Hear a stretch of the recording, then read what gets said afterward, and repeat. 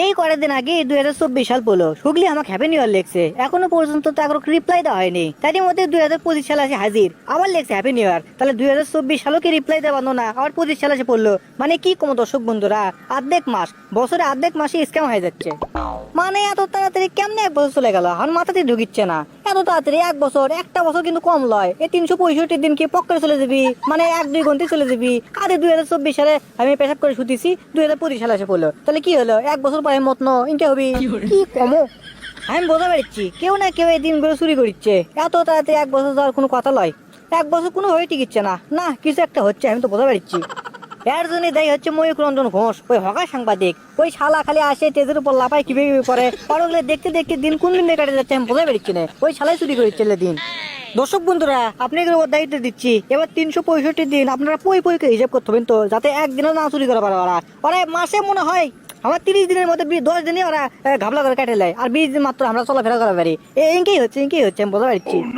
আর এগুলো শুরু বলে কি কমো, 2025 সাল হ্যাপি নিউ ইয়ার পড়ছে দেখে ওরা যাইছে তাই করছে। ডিজে বক্স বাজাচ্ছে, ঘাটে ফোটাচ্ছে, পটকা ফোটাচ্ছে, মনে কি হয়ে গেছে 5-6 বোতল মদই খাচ্ছে। খায় রাস্তাত পড়ে থেকে ওখানে মুরগির লাগান খালি ঝিমেচ্ছে।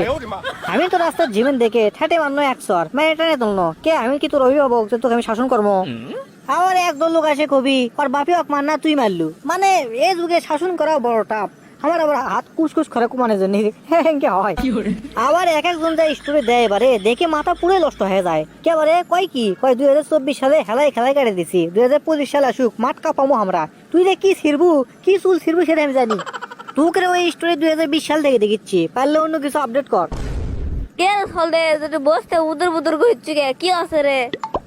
ভাগ্নে রে কি আর ক, কিছু আর বাকি আছে। এই কালকে রাত্রে হ্যাপি নিউ ইয়ার, এই 31st নাইট কি আছে জানিস? এই যতগুলো গাছ প্যাকি আসলো সব প্যাকি করা, ঘাটে ফুটে পটকা ফুটে বার করে দিচ্ছে রে, চলে গেছে। কিছু প্যাকি তো মরেই গেছে, মেলা প্যাকি। এ ওলে হ্যাপি নিউ ইয়ার বাদ দে, এখন নতুন বছর নতুন কিছু করা লাগবে। তুই তো প্রতি বছরই কোষ, এবার কিছু একটা কর্ম কিছু তো করা পারিস না। আরে তোর লাগান, তুই যে ব্যবসা করিস সে ব্যবসা তুই লস খাস, খাইয়ে পরে বাইরে সুদ থেকে মাইকে মেঞ্চের লাগান।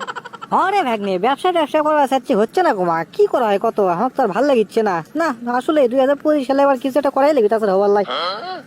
তাহলে লে ফুলকপির ব্যবসা করা হোক, অল্প টাকা দিয়ে কিনে বেশি টাকা দিয়ে বেচা হবে। কোন আড়ত লিয়ে যাবে বেসপু, আর কয় টাকা দিয়ে কিনবো আর কয় টাকা বেসপু? এমুকে ফুলকপির দাম কম 10 টাকা পিস, এমুক ফুলকপি বেশি করে কিনেলে যে মাস্তান মুখে বেচমু 30 টাকা পিস। ও তাতে তুই ফুলকপির ব্যাপারে হবু কে রে, আমাকে প্যাকেট আরো তুই 5 টাকার বেচিচ্ছে। আর যে মাস্তানের কথা করছু, ওই মাস্তান তো বস্তা ভাবে আছে রে, এক বস্তা ওই 50 টাকা করে, 2 টাকা পিস। আমি তো হিসাব করতে ভুল করছি, ও মুখে কিনেলে আছে মুখে বেচমু। আরে পাগলা, আমাকে রেটকের পাতারের ফুলকপি তৈরি যায়, ওটি লিয়ে যাবে আছে।